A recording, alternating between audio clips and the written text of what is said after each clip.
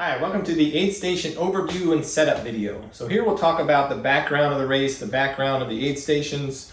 We'll mention a couple of the important roles, including the aid station coordinator, the food and beverage coordinator, all working together along with the aid station members to pull this off. Three aid stations across the course. We also have food and beverage at the start and finish lines. Not really considered an aid station, but some of the same training that we'll talk about here will apply. So some of the details like timelines and how much food goes where, what type of food goes where, we won't cover that here. That'll be covered in various spreadsheets and other documents. Again, those sorts of details I work with the food and beverage coordinator and the aid station coordinator. All right, so real quick, if you're not familiar with the race, I'll give you a quick course overview. So it's 14 miles. It's a fairly remote course along the Dahlgren Rail Trail. It's a point-to-point race, meaning the runners start at one point at the Sheetz across from King George Middle School, and then they finish at another point at the Sheetz in Dahlgren. So they don't come back. They'll pass you once in one direction. If they come back the other way, then they're lost or something, but that's not the intent. The purpose of any aid station at the end of the day is to provide hydration and energy. So at a typical race, that's in the form of water and Gatorade, gels like this, maybe gummy bears, bananas, that sort of thing. If you're not familiar with my race, everything I do is intended to be very different, very unique compared to other races. So the aid stations are no different. So at my aid stations, they're intended to be very fun. They encourage people to slow down. We're serving people pie in the middle of the woods. We're putting hammocks at the aid station, encouraging people to take a break. We have a campfire at 1. People can stop and roast marshmallows or make s'mores. So again, very different and very unique. And that's the sort of vibe that we're going for here. It's just a fun day. It's not a competitive race. It's not even timed. So that's what makes it different, and that's what a lot of people like about it. So that same theme carries through to the aid stations. We do have food and drink, of course, but you're mostly serving up a fun break.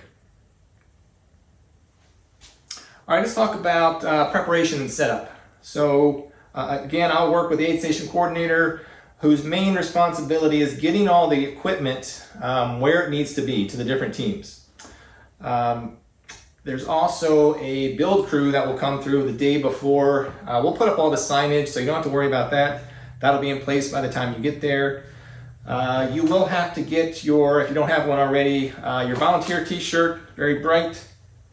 It says volunteer on the back. The best way to do that, if you don't get it before the race, just go to the volunteer tent at the start line on race day and be sure to get that. Now we want everybody to wear these and to wear them over top of whatever else you're wearing. So, it's typically in March, it's very cold, so you might want to have just dress in layers and, get a shirt that's large enough that you can put over top of that. We want our volunteers to be very visible to all the runners as they're coming down the trail. All right, let's see. This is a rain or shine event, so please be prepared. We've had some very, very bad weather before. You might want to be prepared to have canopies, for example, especially at the campsite where there's a lot going on and there's a lot of room. You could have canopies there. If the forecast doesn't look good. But again, that's on the team to work out. I don't have any extras. Usually they're not that hard to find. You might want to visit your site beforehand to kind of get the lay of the land. Some of them are a little bit more remote than others. Some of them you have to worry about where the parking is, that sort of thing. So you might want to go there early. You might want to go there early also to decorate. Again, this is a fun event. I'll go over the things you need to do, but at the end of the day, make it your own. If you want to decorate your aid station in some sort of theme, then go for it. It just adds to the fun. The overall vibe of the race and what you're trying to do, what you have to keep in mind is just to be very enthusiastic, very outgoing, congratulate and greet every runner as they're coming through. Remember, this race attracts a lot of beginner runners because it is non-competitive and because it's fun. It's not very stressful. So we get a lot of beginners. So for many, this might be their first trail run or maybe it's their longest run to date. That's very common. And in that case, they're going to need some extra encouragement, especially when they get to maybe the third aid station. That's a long run for people. We also have a lot of runners coming from outside the area. So probably half are coming from the Richmond area. We have dozens that come from 8 different states all along the East Coast. So we want to show them a good time. We want them to have fun. We want them to remember it as a fun and friendly race. And ultimately, we want them to come back and enjoy the trail and enjoy the different races that are hosted on the trail. So one way you can make the aid station fun is to provide music. So every aid station is strongly encouraged to have a music plan. So you'll want to bring a powerful Bluetooth speaker or something like this. If you don't have one, just ask around. Your kids probably have one, your neighbors. So you bring that fully charged, and a phone and a fun playlist. So, you don't want to be playing ballads. You want something energetic, something fun, something upbeat. You can't go wrong with 80s rock, really, especially given the demographic of my racers. Now, one note, don't rely on cell service because parts of the trail are pretty remote and the cell service isn't that good. So you might want to, or you should, download whatever your playlist is and make sure it's on your phone, on your device. And as mentioned, you might want to decorate. You might want to go early and just, clean up a little bit, bring a rake, make sure the sticks and stuff are out of the way, that sort of thing. We'll have a crew go through and make sure, there's no trees in the way, no big obstructions, but you might want to go through with a rake and get rid of the sticks or the gumballs, that sort of thing. All right, let's cover what to expect on race day. So by then, you've already worked out the equipment and the supplies, you've got your t-shirt, you're good to go. So one thing that I'll mention before I forget is every aid station is going to have a log sheet. So somebody at the aid station needs to kind of track this and fill it out. It's just a one-page simple form, and I'm asking things like, when did the first runner get there? When did the last runner leave? How much food and drink was left afterwards? Any comments? What went well? What was an issue? And that helps me from year to year. It's immensely helpful in making the aid station the next year as efficient as possible. So just make sure you fill it out, get that back to me somehow, get it to the aid station coordinator. If you have to, you can just take a picture on your phone and send it to me. That works as well. You'll want to carpool. So access and parking really vary by location, but in general, you definitely want to carpool. You'll have to arrive early, well before the first runner arrives, because the time that it takes to set up varies per aid station. The campsites, there's a lot involved there. You've got to get a fire going and everything else. So, but even the other ones, the pie stop, for example, take some time to get to. So you're gonna have to get there early. Again, I won't get to the time frames here. You'll get that in a different email. What I'll tell you is when the first runner typically arrives. Now that's not set in stone, that's just an average. So it might be a fast pace this year. We might have a delayed start, but that's generally the time. So then back off from that, how long it takes you to drive to the place and get everything set up. Let's see, you talk about trash cans. There will be a couple of trash cans or boxes per aid station. Be sure that you place one, kind of around your aid station, but put the other one downstream, because remember what people do is they'll get their food, their drink, and they might have some trash. They're eating and talking as they go. They might be walking, and then they're finished in 100 feet. They're looking for a trash can. So that's why you want to put one trash can or bag a good 100, or maybe 200 feet down the course. The trail is pretty narrow, so you don't want to block it. So, you want to set up, you'll have tables like this. You want to set up off the trail. It's about 8-10 feet wide in places. The campsite's a little different, but in most places, about 8 to 10 feet wide. So just try to set up off of it as you can. Remember, some people are going to run right through your aid station. Especially the early runners. They are competing or they're training for something.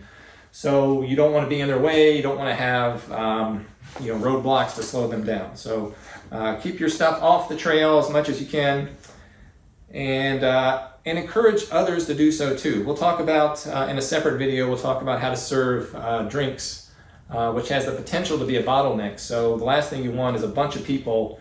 I'd have 20 people show up at your station at the same time. You don't want them blocking the trail. So just be aware of that, and if that's starting to happen, then just to encourage people, hey, step aside or make room. There's people coming, that sort of thing. As I mentioned, the first runner or first runners might not stop, so they're running for the prize. There are some prizes for the top finishers.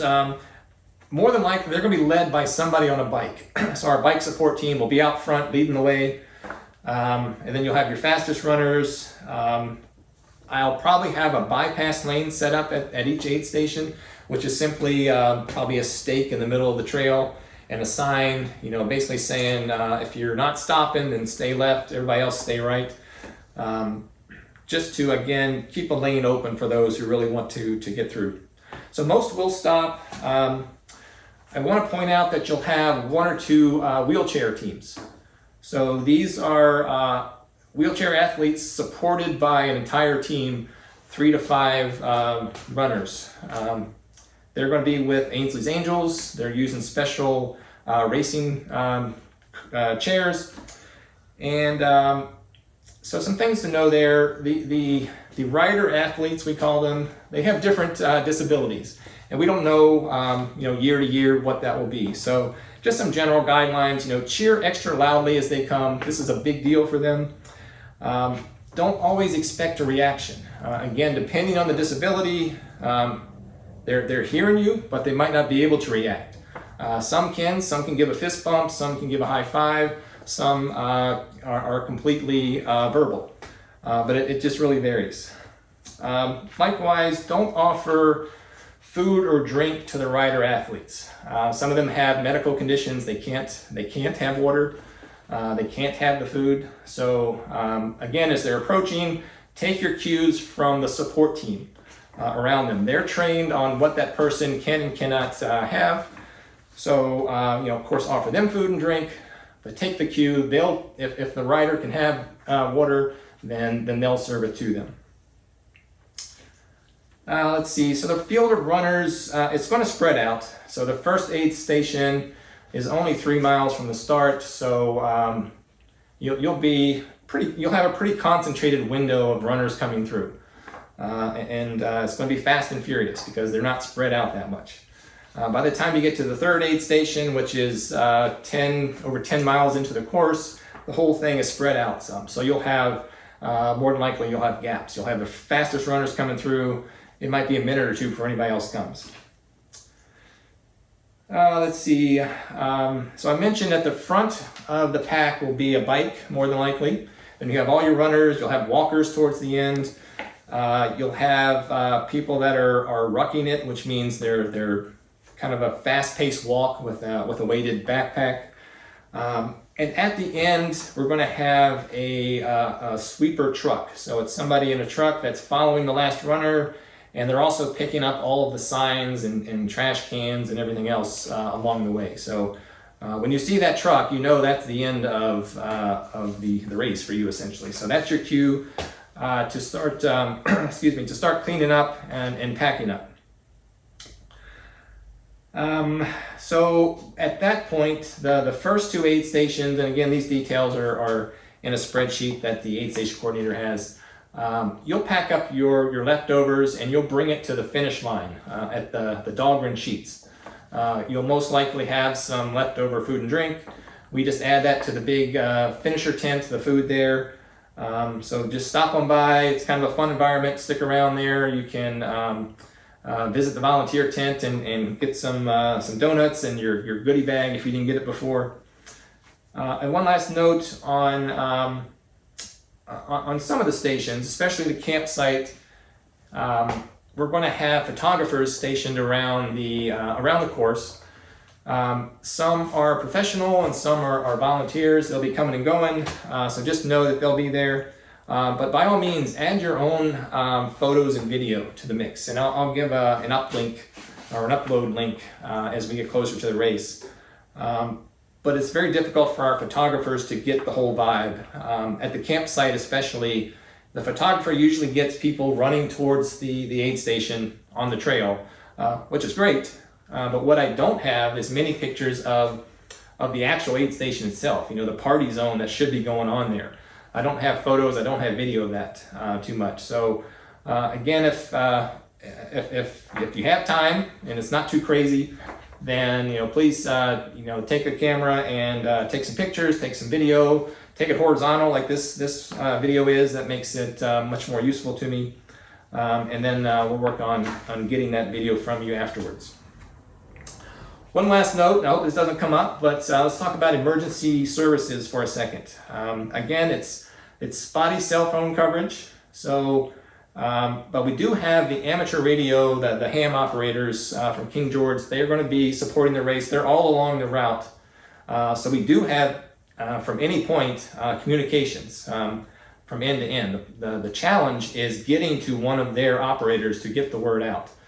But if there is a true emergency and somebody's in duress, obviously your first option, call 911.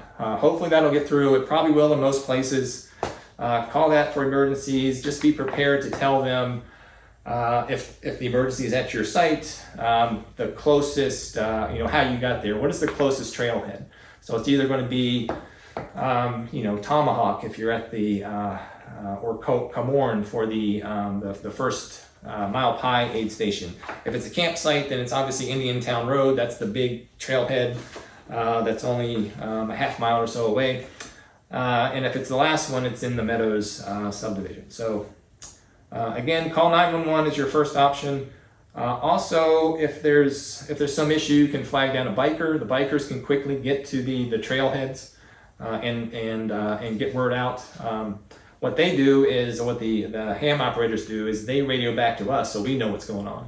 But again, call 911 first. Now, if somebody is really struggling, but they're not in duress. They don't want you to call 911. They just can't go on for whatever reason. And this has happened in the past. They just want it to be done with. They need to pick up. So there's a couple of options there. We do actually have somebody on standby who's going to be at the finish line, waiting for a call to come pick somebody up and drive them back to the finish. And his name is, in most years, it'll be Jim Lynch. But whoever it is, we'll give you that number. We'll give you the race director's numbers. And you can hopefully get a signal out and call them. Or again, wait for one of the bikes to come by and give a message to the biker to go to the ham operators to get the word to us. However you have to do it, just get the word to us and we'll send somebody out to your location. The other option is, again, I mentioned that sweeper truck that's going to be coming back of the pack. If that person is okay to wait a little while, just wait for that sweeper truck and they can just jump on the truck. The truck's eventually getting to the finish line, just might take a while. So that's an overview of the aid stations and the aid station jobs and the various roles that are required for the aid stations to function. Next, we'll follow up with videos on the details of each aid station. They have some common elements, but each one is also a little bit different. And also we'll have a separate video on cupless racing and how to serve drinks, a variety of drinks through different dispensers. So again, thanks for volunteering.